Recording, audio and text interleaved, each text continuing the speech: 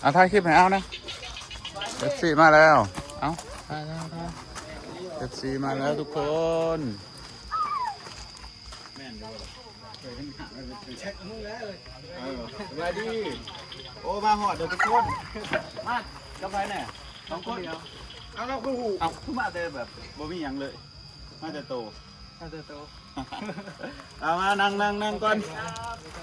คุณทายผมหนึ่งทีแต่บ้านบ้าเซลนี่เหรอมาหอดเดี๋ยวทุกคนด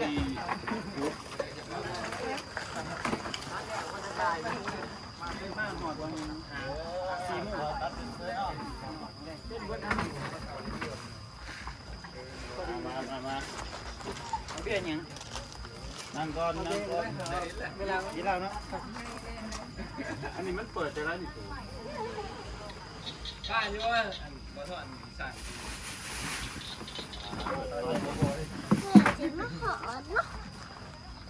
เอาคือหูทางมาปีมาทายยี่ปีมาทายเพื่อนมีละตอนนี้มาหอดเลยทุกคนปีฟูกเนาะมาทายใกล้ๆก็ได้นี่ปีเพื่อนมาตั้งแต่จังหวัดเชียงรายเชียงใหม่ก่อนเอาขอว่าเชียงรายเป็นมาตั้งแต่เชียงใหม่เนาะน่าจะอำเภออย่างครับเดยเตาอะเดยเตาดอยเตาอำเภอดอยเตาเด้อทุกคนแต่ว่าอันข้างนั้นเขาจะว่าเนื้อเนาะทางเหนือเป็นมาแบบบ่ต้องยากเลยทุกคนมาหอดเที่ยงเลยแบบจะมีคิดว่าสิได้ออกไปเอาแถวนั้นเลยเบิ่งคลิปมาโดนแต่ว่าคือแบบจืดช่วงหลังๆนี่ดูบ่อยติดตามทีมงานหูจักเบิดทุกคนเหรอวะเนาะจักเบิดคำสองคำแต่บ้านยูทูบเบอร์มาหอดเด้อทุกคน เบิ่งอีพอตัดผมเนาะเลือดแปลงเลือดยังนี่แหละแต่งแล้วเริ่มบ่อยเลยเกิดยืนห้องของสาวมาแต่ เช้าออกมาเมืองไทยตาต้องเด็กมือเท่าไหร่เป็นเจ็ดประมาณ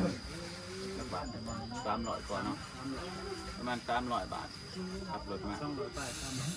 งอกล้วยโบราณว่าขี่รถมามีอยู่กำลังมีงัวไก่ยื้อเรามาสบายแต่บ้านคนนักเนาะบ้านคนแบบสุดทางแม่บ่ค่อยเที่ยวส่วนร้ายจะมีบ้านเลยเนาะมีบ้านตามสายทางมีตลอดบ่ค่อยเปรี้ยวเนาะบ่เคยเหมือนเนาะแม่ทางบ้านเราบ่ค่อยเปรี้ยวเป็นได้เราเนาะบ้านคนร้ายสุดทางเลยแหละตลอดกับจะสบาย พักอยู่สายสันอยู่โรงแรมรันของโอ้แกมของเนาะนั่นครับกับตอนแรกสิกับบริวารนอนอยู่ไม่กับได้แต่ว่าขันนอนกับการเซ็นนอนหรือว่าขันว่านี่ก็ไปนอนบ้านไอดอนก็ได้ทุกคนตัดผมเรามีอยู่ภาคอยู่หรือว่าขันคำแซงกับของกันจะปีเราไปพาปีเราจับ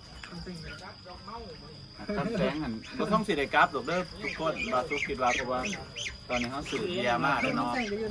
รังหนึ่งพี่เงินพี่แล้วปีเราสื่อเบียร์มารังนึงซ่องห้องอยู่ในเมืองเลยมาแต่บ้านแล้วก็มาไว้นี่ที่เขามาซื้อคือทุกอายุจักปีล่ะ32โอ้บาแซงเท่าไหร่บาแซงขึ้นหนาเถ่าก็แล้วพี่น้อง3Sบอกพอดีดุนนอกพี่นึงไอ้แซงอยากเถ่ากว่าเนาะ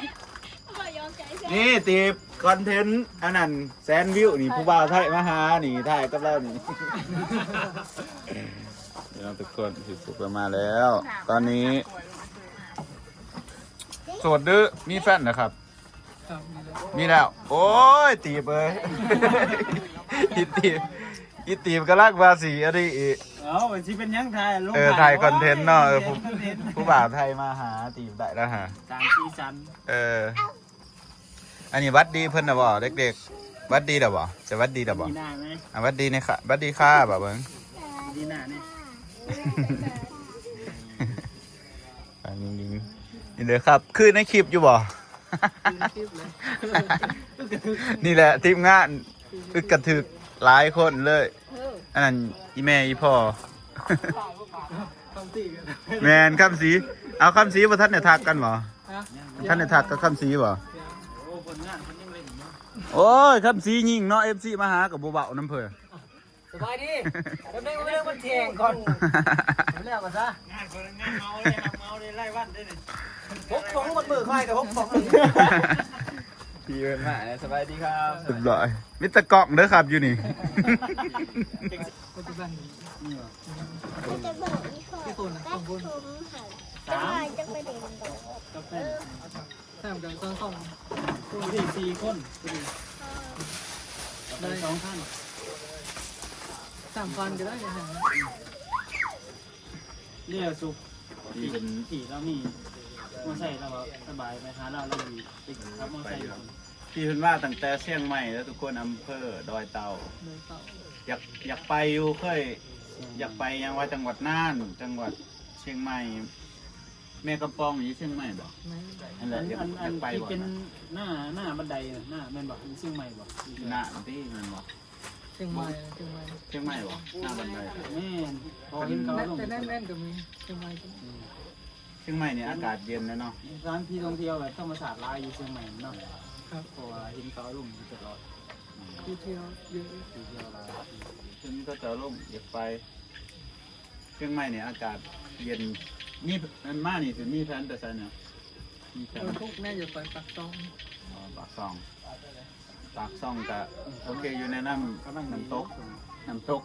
ตาดเงี้ยงเนาะตาดเงี้ยง คือว่าถ้าประธานการจะเอาอะไรเนี่ยสี่ ต้นพ้นหนาพ้นเหมือนกันน้ำ มาจากไหนครับบ้านใครมาจากไหนจากวัน จะได้ปิกจะได้กลับวันศุกร์ ตัวคนนี้พูด วันศุกร์บ่ายโมง จะ3 มื้อเนาะ3 วันถ้าสปอร์ตมาเนาะ ให้กระหอนมันบอก เป็นนางรถผู้บนปากเซ่ได้พี่น้องจะเป็นอันนี้เนาะกับแบบ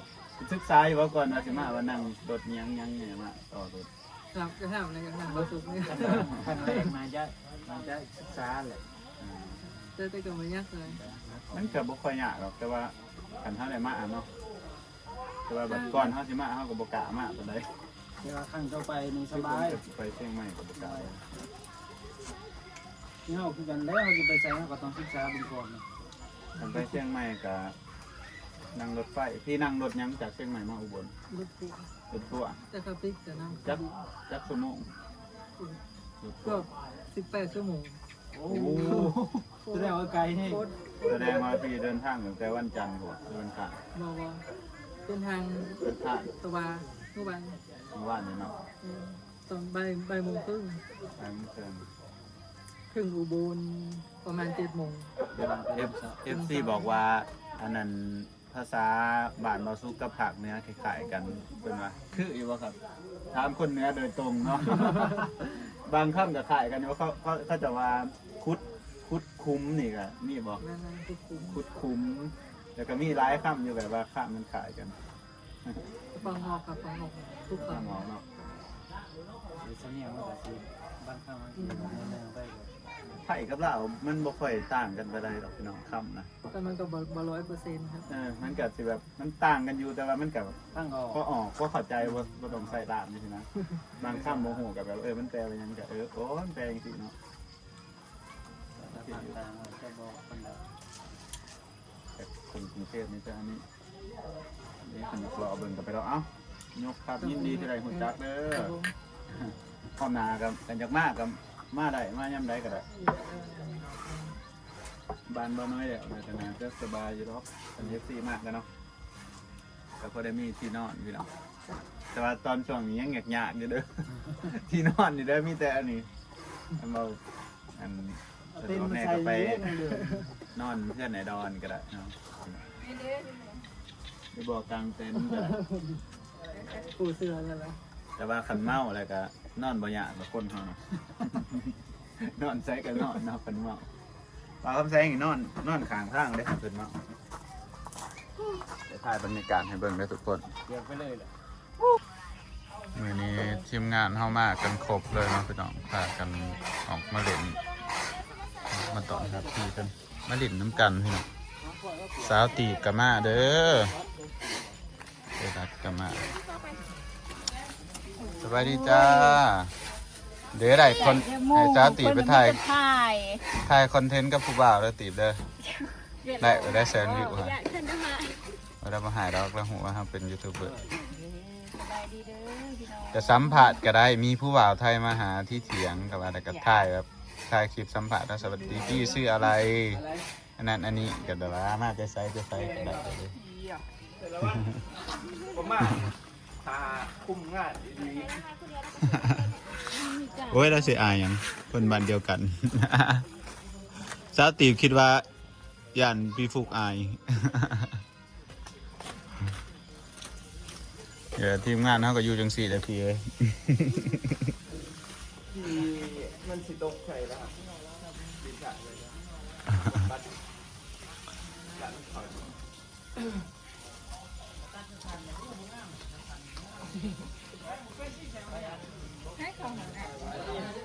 โอเค ไอ้เขาเนี่ย สี อาพี่เละอาพี่หน่อยกระซ่องซ้ำเถื่อ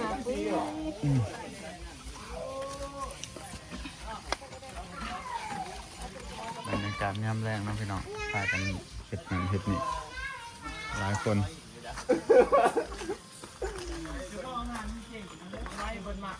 ยังส่งยังหน่อยจะมักว่ามุนเล็ด ซุ่งมูเลตตัดให้แสงอันนั้นสกินเฮดตัวนะไอ้แสง ผมมึงกูบูจักทางนะทางนี้ได้นะ โอ้ไอ้เพิ่งเขาว่าจะตัดส่งกันนะให้เราหัน บอสิตัด อย่ามาออกแบบมาสุก นายจะเข้าฝาเนาะไปอยู่หน้าเนาะ แล้วก็ได้ใส่ขี้บุญโฮม อ๋อใส่คิมบุญโฮมไอ้สิ ใส่ขี้ไข่มุกพี่ใส่ได้เบื้องหน้ามันข้าวด้วยเนาะ กันยังไข่ก็นายสิ พยายามมันตัวนะมันตัวคายขีมนะกู กู บอก นะกูเคยนะ คำแสงอ้วนขึ้นเนาะหัวนุ่มกระดำ อย่าตีอีกนะเฮ้ย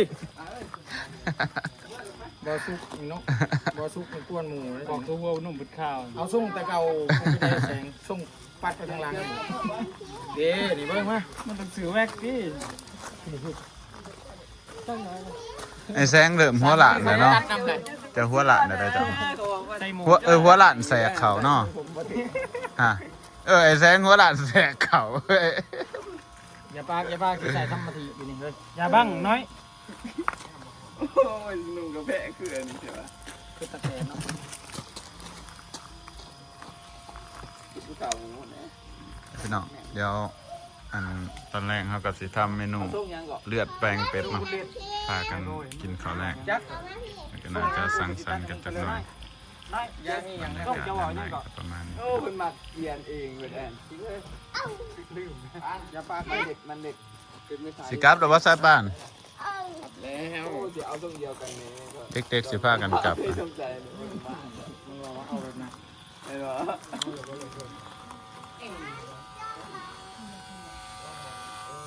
พูนไปพาไอเราไปยกเบี้ยพูน ถ่ายกินพร้อมกันที่มันจะมาก่อน โอ้ เพื่อที่เขาห้องน้ำมาจัก ฟองหน้าว่าครับพี่ ยังก่อนปลดรถ เอาได้ดูบ้านบ๊ายบายกลับเดี๋ยวบ่สิพากันกลับเดี๋ยวบ่ นั่ง รับแล้ว นั่งลูกดีเอาน้องเป็นที่คิง มาหน้ามือไรกับม่วนเนาะ นั่ง มันพากันม่วนพี่น้องมือนี้ได้กินทั้งทุเรียนได้กินทั้งหมี่เผ็ด แสดงว่าใครว่าผีตัวตานั่งนั่ง ร้านสามใบเท่า ใจเด้อที่เสือมีให้กิน สาว สองคน ลิง เด่นน้ำกันดีได้สองคน ไปกับลิงลิงผมบ่ถือเนาะ บ่ถือกันปานใด ใครว่าเล่นกันเล่นแต่บุคคลสองคนบ้านเด่นเดียว ดินน้ำหนองไงตี้หนองมันสิเขียดนะฮะ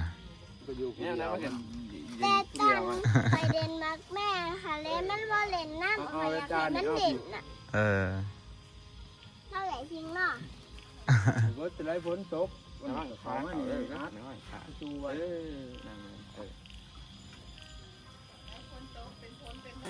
ปุ๊บมากูไหนกู เสี่ยวไปตัดผมให้กันยังบ่ทันแล้วปานนี้จะโดนนะ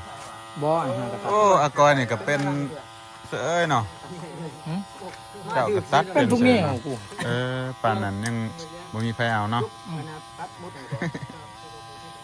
ทุกส่งโลเคชั่นเนี่ยเรา มันถือเจอเราปะขนาดโลเคชั่นลาวเด้อ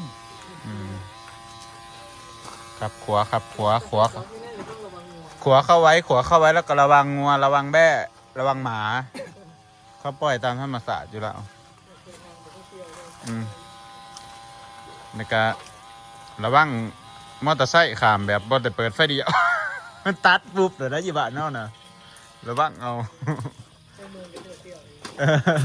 จะสิแปลกๆอยู่ว่าขี่รถอยู่แล้วเขาขามทางกันแบบแปลกๆเลยเนาะเอ้ามันขามจะได้ผัดจีวะ แม่นทั้งเที่ยวเขากับบางขันไปแถวนอกแห้งแบบขันจากตัดกับบึบบาทเดียวนะเขากาว่ารถสิมาบ่ฮอดแต่เขากับบึ้มบาทเดียวครับรถกีฬาเนี่ยผู้ใดบ่ทันเคยอันนี้ก็สิอันนี้แน่นะพี่น้อง บ่เป็นอยู่แถวบ้านนอกนี่บ่มีกฎระเบียบปานใดครับตามใจสันนะยังคือคนแน่เนาะไอ้แซงตัดผมออกเนาะตอนผมยาวหันแบบ มาตะวิทย์จะคืออย่างนี้ เขาบอกแต่ขาบ้านนั่นเลย คันบานมันบานแค่ไหนวะแล้วก็เป็นคน ก็ขาหันแหละบอแบบกระค้นคือกันหันแหละแต่ว่าแบบคือขาหันนะ ส้นเผาก็เลย ต้นเผามันก็คือคนคือกันหันแหละเท่าน่ะไปใส่ครีมบุญโฮมเลยใส่น้ำกันให้มันใส่น้ำกัน จักมือเว้ยเห็นทนสองกับก็เห็นเลยโอ้79,000 กีบกับเดียวก็เห็นเลยนะบักซีมันขึ้นเวียงมันใส่ขึ้น ทุกคนเดี๋ยวเขานั่งเล่นกันเนาะเจอกันใหม่คลิปหน้าบ๊ายบายนะคำศรี บ๊ายบาย ถ้าอ่านแล้วกินเบียร์หน่อยเด้อจะกินปกติพี่กินเบียร์อยู่แต่ว่า ครับกินอยู่ โอเคไอซีแล้วพากิน ไหนเนาะกระดอนบ่ค่อยบ่ปานใดก็ดอน บุย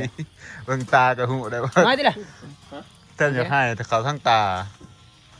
แต่พี่น้องมาหาทีมงานเฮากับขันอยู่กันครบทีมกับมิตรเมาเนาะ มิตรเมาเองสิแหละ เด้ไหลเลือดไหลลม มีแต่ทำทีมงานแบบเมาร ถเป้อันนี้นะอัน เป็นผู้ใดมักซ้ายนี่ก็โอเคเนาะยินดีต้อนรับ อันนี้เว็บ ทุก ไอ้ คน คันสีดำเนี่ยอยู่ลงแช่กุ้งในน้องเป็นยัง FC ท่านใดอยากมายินดีต้อนรับทุกคนเด้อผู้ใดอยากมาเยี่ยมมายามฝั่งไทยอเมริกามาบ้านสวนยินดีต้อนรับครับผมไปบ่ฮอดจอดบ่ถึงคำศรีสิไปหับอายุเดินย่นผม บ่อยากมาคำศรีว่าเนาะ